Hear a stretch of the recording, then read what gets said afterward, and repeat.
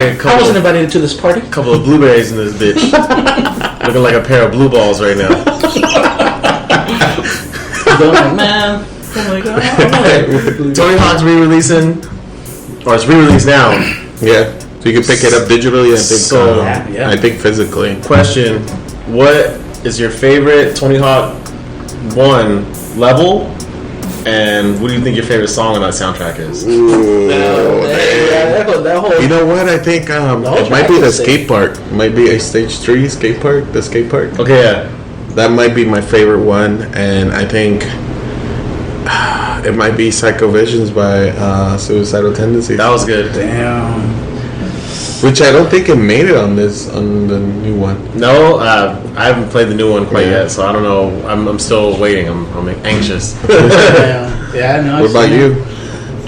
For me, the warehouse in the beginning? Yeah. That one, and what was it, the Area 51 at the end? That's what that one was fire too. Yeah, I remember that. And shit, I mean, everybody likes Goldfinger off that soundtrack. Pick it up. But another ska one was Suicide Machines. New Girl. New Girl? Oh man, I love ska. Bro, I love No Doubt. This one says it with a straight face. I like No Doubt. The fuck are you talking about, bro? This one walks into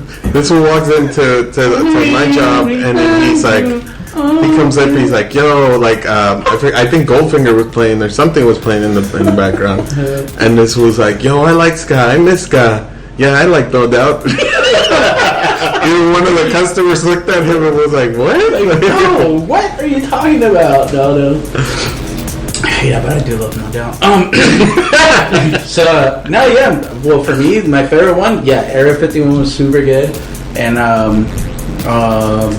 like the when you're in the mall and it's just it's so fast that you can't you gotta go all the way back up, start again. That was those like downhill levels that they used to have. It's like I can't turn. You just keep crashing. And just like I like that. As far as the song, I think that whole soundtrack is because I wasn't even into that type of music at all at that age. I was not into that music, but playing that over and over and over and everything.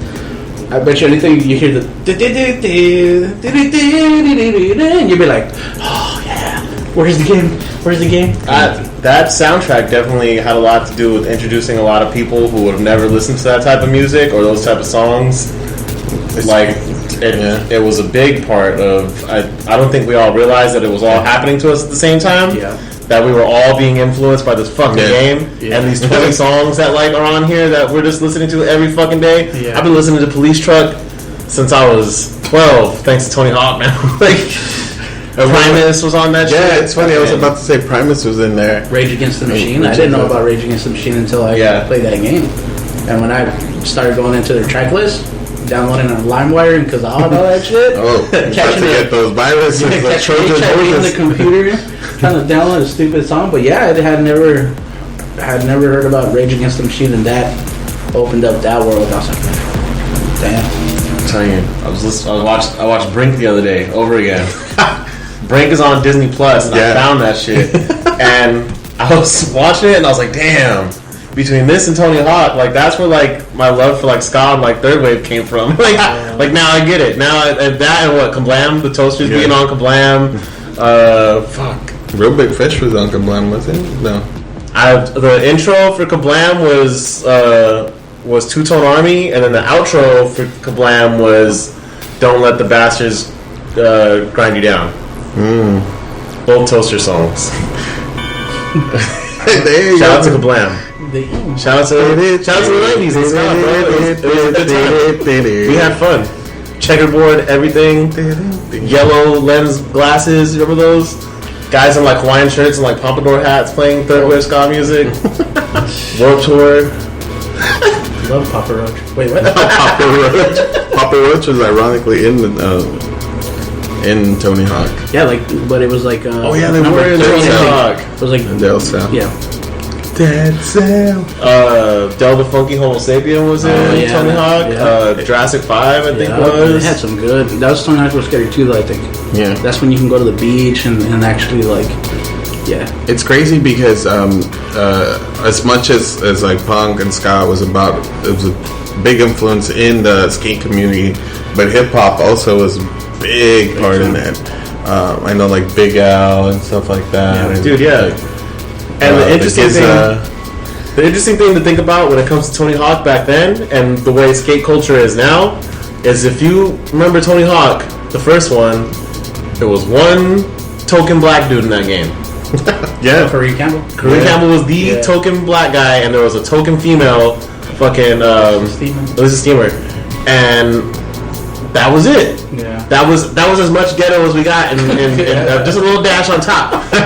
Now, bro, like shit like this, we're giving skateboards to little Mexican kids running out here getting it. You know what I mean? It's hip hop and skateboarding has fucking melded into this like crazy thing now, where it's not just like when you watch kids and they're beating up people in Central Park. Nah, like I for real know little ghetto kids now that are skating, bro. Like, watch where you going, B. I'm gonna spit in your eye and give you AIDS. Psych, that don't really work that way no more. But whatever. Hey yo, it's me, Casper. Oh man, that's what you were traumatized by kids, huh? Yeah, I was absolutely traumatized. It stopped me from having sex, dude. It fucking. I watched it when I watched it, and I was like, I don't remember how old I was. I think I was like 16 or something. Sounds about right. Yeah. And then I watched it. And I'm like, yo, wait, she's dying? Like, yeah. I was like, oh wait, that fool's gonna get it too now. That fool's gonna. I was like, yo, I don't want to have sex right now.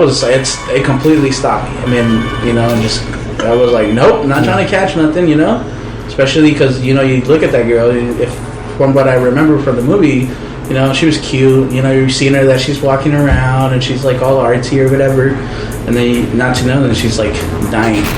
You don't know. Yeah, bro. I mean, it's terrifying. And you should also check out that episode that we did on Drop the Mic. Oh yeah, shout out to Drop the Mic doing the full kids episode. I remember that. I'm putting in my part of it right now. Dang. But yeah, like I said, beating people up with skateboards, I fucks with that. Stealing 40s in your pants, I fucks with that. Yeah. Raw sex with underage chicks and giving people AIDS, don't do that. Don't do that. Nah, dude. Stop. Definitely not. Don't do any of that stuff. It's funny because the director of Kids, Larry Clark, is one of my big influences in my photography. He spent, I think, a year and a half in New York. Chilling with those kids, and just like he was, I think he was like on heroin or he was on a tweak bencher, but he got sober and he fucking spent $2 million on that movie, and it's like a classic, bro. You can't fuck with it. Shout out to Roach. Shout out to Roach. Yeah, straight up. When I see them, because my friends, like I have a couple of friends from like. That are like into the graffiti and stuff, and some are from New Mexico, some are from like New York and LA and all that stuff. So a couple would come, like they would come visit me, and I never seen nobody do the balloon thing. And then I had to watch that movie, and I'm like, what the fuck are they doing? Like, what is that? And then I seen them doing the balloon. They're sitting down and they're doing the what is it called, the whippets or whatever. Mm-hmm. Oh, And I didn't know. Watching as a kid, I'm watching they're doing the whippets, but I didn't know. And then growing up, here comes my friends, some of my friends, and they're sitting down, and I'm going like, oh, snap! Like, that's like a real thing. Like, I didn't know. Like, this movie is so, it's like, now you look back and you look at that shit and you're like, damn, they were dropping knowledge. Like, they were so invested in what the culture, like the baggy pants and that was it. Like the Cypress hat and how, Casper was like fucking didn't give a fuck about anything and crazy ass fool, but yeah, definitely it really dropped a bunch of knowledge on me that I kept for years, dude. I remember I was like, yep, don't get in people's way if you don't want to get fucked up. Watch where you going, B. I said. What I said. I said what? I said whatever, B. But yeah, man. Now there's a bunch of great. What came after that? Was it after or before the What's Up Rockers? No, it was like way after. Yeah. I think it was like 10 years after that.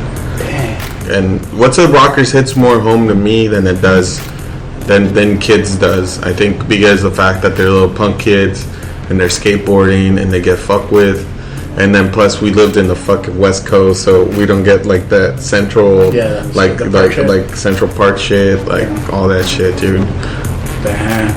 Yo, we're gonna do more drop the mic stuff. Did you guys watch? Was it mid-90s movie? Mid-90s, yeah.